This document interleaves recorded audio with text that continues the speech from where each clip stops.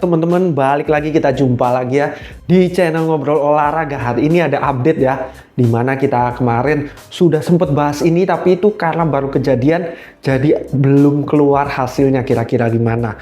Kita akan membahas mengenai korupsi di bulu tangkis Korea. Nah, kalau ngomong korupsi pasti teman-teman semua pikirannya udah, oh Indonesia. Hits, kali ini ternyata di Korea. Nah, ini untuk video kali ini ya, bakal panjang teman-teman. Jadi persiapkan ya, yang mau pakai snack, makan popcorn, nonton boleh ya. Boleh di subscribe dulu ya teman-teman. Subscribe dulu, kasih like-nya dulu. Kita lagi ngejar 1000 subscriber ya. Ayo dibantu. Nah, ini kita memberikan info terbaru dari korupsi Korea Selatan dalam bulu tangkis ya. Kita kemarin tahun lalu sudah bahas di mana ini mencuat ke publik oleh karena An Seong ya, yang merupakan tunggal putri nomor 1 dunia tahun lalu, juara Olimpiade ya, dapat gold medali emas di Olimpiade Paris. Begitu juara, konferensi pers langsung buka-bukaan, semua dinyatakan korup begini begitu, disampaikan semua kekorupan dari badan bulu tangkisnya Korea Selatan. Istilahnya kalau di Indonesia PBSI ya, seperti PBSI-nya gitulah di Korea Selatan. Nah, ini teman-teman kalau cari infonya ya, info An Seong menyampaikan ini banyak. Nah, tapi setelah itu kelanjutannya gimana? Ini susah untuk ditemukan ya teman-teman. Karena kalau kita cari baik bahasa Inggris, apalagi bahasa Indonesia ya, gak ada beritanya di mana-mana. Jadi kebetulan saya punya teman ya, teman saya jago bahasa Korea. Nah, dia juga sangat mengikuti Korea ya. Tentunya dia mengikutinya sebenarnya Oppa ya kan, K-pop, K-drama yang diikuti. Tapi saya paksa dia lihat olahraga ya, walaupun dia nggak gitu suka olahraga, tapi saya paksa, yuk ikuti dong, ini bagus nih gini-gini soal korupsinya Korea Selatan di bulu tangkis. Jadi dia tahu berita-berita di sana ya kan, website berita, bahkan TV-TV ada yang bisa kita lihat on demand ya, artinya kita lihat siaran-siaran sebelumnya pun bisa. Nah, jadi dia punya forum-forum juga ya, jadi bisa mengikuti gitu. Dia pun tahu bahasa Korea, jadi enak. Dia yang mengikuti, inilah berita-berita yang saya temukan ya teman-teman. Nah, video ini kenapa kok panjang? Nah, karena banyak ini korupsinya ya teman-teman. Bahkan lebih parah dari Indonesia menurut saya ya. Saya waktu lihat itu kayak, waduh ternyata kayak gini ya. Mereka itu bukan sekedar korupsi karena ada kesempatan ya, tapi mereka itu betul-betul jahat teman-teman. Mereka itu korupsinya betul-betul, mereka itu sudah membuat sebuah sistem supaya enak korupsi. Nah, beda ya kalau seperti contohnya korupsi karena ada kesempatan. Seperti contohnya ya, kita ngambil duit karena kebetulan nemu di jalan gitu, atau mungkin ada kesempatan ya, ada yang lengah, kita ambil duit. Nah, itu terkadang ya itu juga udah termasuk korupsi ya, tapi itu kan masih karena kesempatan. Kalau ini enggak, mereka tuh menciptakan sebuah sistem memang yang untuk nyaman untuk korupsi. Nah, selain itu yang bikin panjang ini ya teman-teman, saya udah buat catatan nih ya, karena banyak yang mau dibahas biar nggak kelupaan teman-teman. Nah, jadi langsung saja kita masuk ke pembahasannya. Udah di subscribe kan? Nah, langsung kita bahas ya. Jadi pertama kali kita bahas ke yang generalnya dulu ya, secara menyeluruh. Jadi An Seong menyampaikan, banyak yang disampaikan dan berita-berita mulai meliput, kementerian ikut, pemerintahan ikut ya, betul-betul diinvestigasi sampai tuntas ya permasalahan ini. PBSI-nya Korea ya, kan saya bilang PBSI Korea ya, PBSI badan bulu tangkisnya Korea lah, itu diinvestigasi habis-habisan oleh pemerintah ya. Di sana itu terkuak banyak sekali ya permasalahan. Nah, ketua badan bulu tangkis Korea adalah ini ya, Kikyung. Nah, namanya Kikyung ya.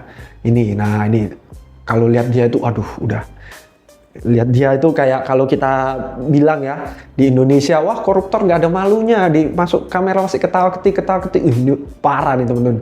Kalau teman-teman lihat dia di berita ya, pasti teman-teman dongkol gitu, wah, emosi lihatnya kayak, wih, orang ini nggak tahu diri gitu. Nah, jadi apa saja sih korupsi-korupsi yang terjadi? Ada yang pertama itu uang endorsement ya, atau uang iklan. Jadi pemain Korea ini sangat kasihan ya. Bahkan An Seong yang bukan cuma peringkat 1 dunia, An Seong ini mendominasi, sangat gila lah mainnya, berapa tahun terakhir ini sangat luar biasa ya. Itu dia dapat duit sangat sedikit per tahunnya ya. Secara kompetisi, An Seong itu di tahun 2024 merupakan pemain yang dapat hadiah dari kompetisi tertinggi. Tapi kalau soal pendapatan sangat rendah. Ada banyak yang peringkat 5, peringkat 8, peringkat bahkan peringkat belasan, peringkat puluhan, ada yang pendapatannya lebih besar dari An Se-young. Kenapa? Karena endorse-nya kalau negara-negara lain, bahkan Indonesia juga ya, banyak endorse yang masuk ke para atlet. Nah, contohnya disponsori Li-Ning, sponsori Yonex, lain sebagainya. Tapi kalau di Korea Selatan nggak bisa, sistemnya nggak kayak gitu. Nah, pemain ini nggak dapet uang endorse sama sekali. Mereka ikut-ikut, ngiklanin sepatu, ngiklanin raket, ngiklanin baju, semua harus mengikuti punya badan bulu tangkisnya ya, PBSI-nya, harus mengikuti PBSI-nya. Jadi uangnya masuk ke PBSI semua, atlet nggak dapet 1% pun. Nah, bahkan itu banyak ya protes-protes, nanti kita bahas di waktu di perorangan. Nah, jadi ini mengenai endorse pemain, ada juga pemasukan pemain ya, peraturan mengenai tentang pemain itu ada dapat persentase dari, ini agak membingungkan ini ya, persen atlet timnas ya, itu namanya atlet timnas yang ikut pelatnas lah istilahnya ya, yang ikut pelatnas itu mendapatkan persentase dari pendapatan olahraga bulu tangkis Korea gitulah. Tapi dihapus peraturannya tahun 2021 sampai tahun 2024 dan sekarang 25 ya. Karena investigasi korupsi inilah baru para atlet itu tahu, loh ternyata aturan itu udah dihapus. Pendapatan kita yang berapa persen itu ternyata udah nggak dapat lagi, udah dihapus peraturannya di tahun 2021. Mereka baru tahu karena ada investigasi ini. Kalau tidak diinvestigasi, kemungkinan mereka belum tahu sampai detik ini ya. Selain itu ada juga uang bantuan negara ya. Negara ini kan ada ya, dari kementerian misalnya Menpora kalau di Indonesia ya, kementerian dari pemerintah membantu klub-klub kecil ya yang butuh dibantu dalam olahraga ya, karena bulu tangkis kan kalau untuk Korea Selatan cukup bagus ya, bisa juara dunia dan lain sebagainya ya. Ada bantuan dari pemerintah, diembat juga sama badan bulu tangkisnya itu ya. Caranya gimana? Dimasukin ke satu klub itu terus. Jadi semua bantuan itu, ada bantuan berupa kok, berupa raket, berupa fasilitas apa, masuk ke satu klub itu terus. Dan diinvestigasi tentunya klub ini ternyata terafiliasi juga ya sama si ketua tadi ya yang muncul itu. Ini dia, wah ini ya, wah ini. Aduh, ternyata dia lagi ya kan. Nah, jadi ini sangat berkepanjangan. Nah, itu tadi yang secara menyeluruh. Sekarang kita masuk ke yang perorangan, yang dicurhatkan ini ya. An Se-young selain menyampaikan secara organisasi, dia juga mencurhatkan apa yang dia rasakan. Seperti yang endorse dia harus memakai endorsan dari Korea Selatan. Nah, An Se-young sempat protes ya, karena waktu itu dia memakai sepatu yang endorse dari Korsel. Kakinya itu hancur ya, ini ada fotonya nih, kakinya itu hancur. Jadi dia mengajukan supaya bisa ganti ke sepatu lain. Ditolak teman-teman, ditolak ya, nggak boleh. Nah, jadi ya kalau kaki hancur ya udahlah, gimana lagi, sponsor ya begitu, ya sudahlah, nikmatilah kaki hancur gitu ya kan. Nah, lalu selain itu juga ada permasalahan lagi yang dirasakan oleh An Se-young, di mana dia berkali-kali cedera. Dokter sudah menyatakan recovery 3 bulan, recovery 3-6 bulan, recovery berapa minggu. Tapi sama PBSI yang di Korea ya, badan bulu tangkisnya Korea, dipaksa main. Istirahat seminggu, 2 minggu, tetap harus main terus. Sampai waktu itu hancur-hancuran ya, An Se-young tiap main cedera terus itu. Lututnya itu sampai dia ada lagi main ya, istirahat 11 poin, dia suntik kakinya ya. Disuntik itu biar nggak sakit ya, painkiller masuk. Lalu ada juga itu lututnya betul-betul hancur ya teman-teman, ini ada gambarnya juga, itu hancur, diperban gila-gilaan karena memang seharusnya dia nggak boleh main tapi dipaksa main sama konfederasi bulu tangkisnya Korea. Ya kenapa ya? Tentunya ya itulah, kalau An Se-young nggak main kan nggak dapet duit mereka ya. Mereka peduli amat mau karirnya hancur apa segala macam ya, nggak peduli. An Se-young ini sangat luar biasa ya, menang medali emas kemarin itu umurnya masih 22. Bayangin, dia ini masih sangat muda ya, masih bisa kita bilang bocah umur 22 tahun ya. Berani speak up kayak gini, berani menyampaikan korupsinya sebuah badan yang sangat besar ya, seperti PBSI ya. Bukan PBSI Indonesia ya, yang di Korea lah, contoh aja PBSI. Sebagai badan bulu tangkis berani speak up dan udah menang medali emas. Nah, tapi selain itu An Se-young juga masih merasakan ada lagi curhatan lain dari An Se-young ya, di mana pelatihan pelatnasnya sana itu ternyata sangat kurang ya. Kita ketahui kalau seperti di China itu ya, sama-sama tunggal putri itu memiliki tim biasa bisa sampai 5 orang ya. Ada fisioterapi, ada trainer, ada eh, coachnya, ada tactical coach, macem-macem lah, bisa sampai banyak ya, bahkan visio dan trainernya itu bisa lebih dari satu. Banyak timnya kalau dari China. Nah, kalau dari Korea, bahkan An Se-young pun yang peringkat 1 itu kemarin punya trainer ya, punya trainer satu orang, jadi timnya dia cuma 1 orang berdua trainer. Sebelum Olimpiade kontrak trainernya habis, dia mengajukan untuk diperpanjang kontrak trainernya karena mau Olimpiade, ditolak. Luar biasa nggak teman-teman?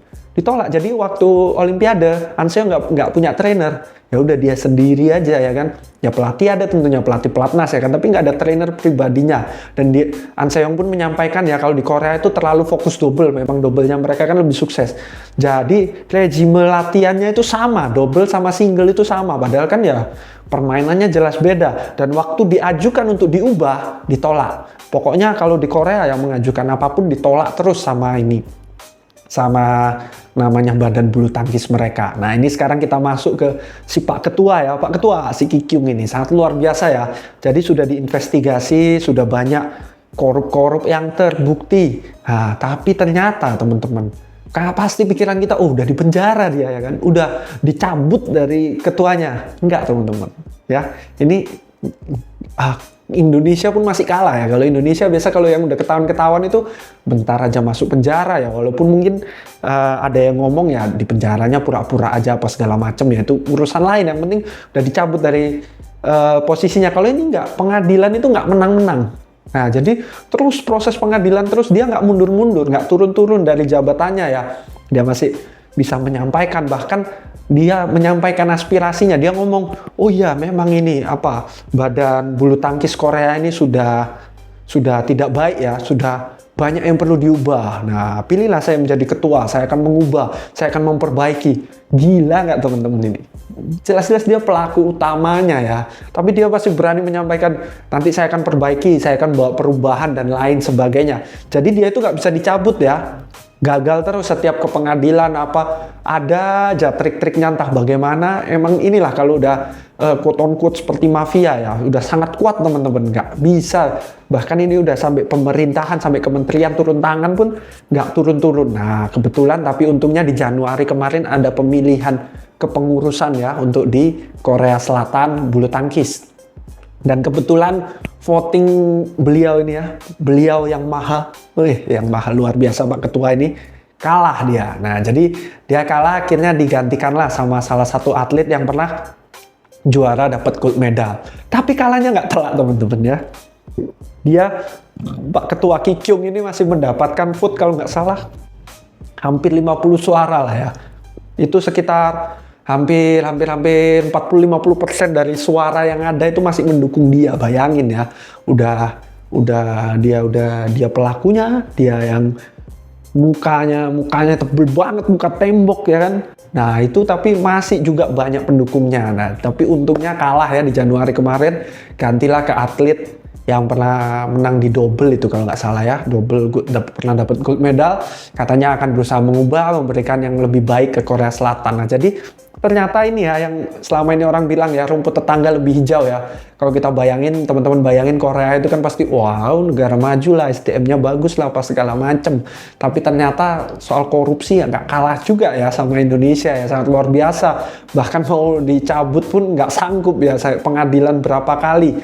Bahkan dia kalah di voting untuk jadi ketua badan bulu tangkis itu pun dia banding ke pengadilan ya. Diajukan ke pengadilan, dibilang ada curang, ada apa segala macam. Dia nggak percaya, dia kalah sampai ke pengadilan juga.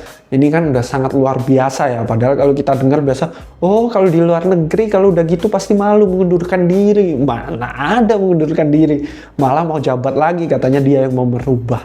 Nah ada lagi satu aturan yang sangat lucu ya untuk di bulu tangkis Korea ini. Jadi di Korea itu untuk menjadi pemain profesional ya, non pelatnas. Nah kalau non pelatnas itu baru bisa umur 27 tahun teman-teman. Nah jadi seperti An Se-young itu ya, dia sudah terjebak di Korea Selatan. Kalau seandainya dibilang ya ngapain dia ikut PBSI seperti di Indonesia, kan nggak semua harus pelatnas ya, seperti Jonathan Christie sekarang, kemarin Hendra Ahsan juga sempet ya, ada juga Rehan dan Gloria, itu banyak yang nggak pelatnas ya, yang mereka pemain profesional aja, kelas dunia, juara dunia ya bisa kok berangkat sendiri bisa. Kalau di Korea Selatan nggak bisa teman-teman.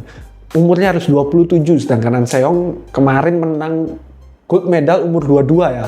Jadi An Se-young yang juara dunia Olimpiade yang peringkat 1 dunia, kalau seandainya nggak mau ikut pelatnas Korea Selatan harus nunggu 5 tahun lagi ya.